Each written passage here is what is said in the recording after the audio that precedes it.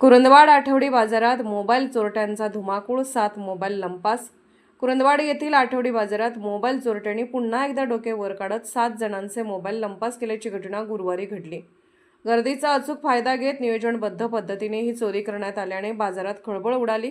भाजीपाला व इतर खरेदीसाठी आलेल्या नागरिकांची गर्दी असताना खरेदी दरम्यान लक्ष विचलित होताच चोरटे खिशातील व पर्समधील मोबाईल अलगद काढून घेत असल्याचे समोर आले आहे.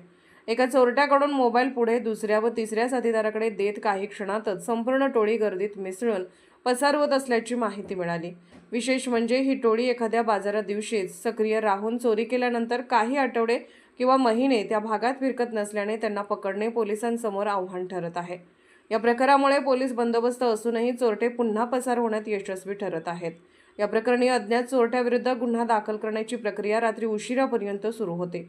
सीसीटीव्ही फुटेज आणि मोबाईल तपशिलांच्या आधारे पोलिसांकडून तपास सुरू करण्यात आला आहे.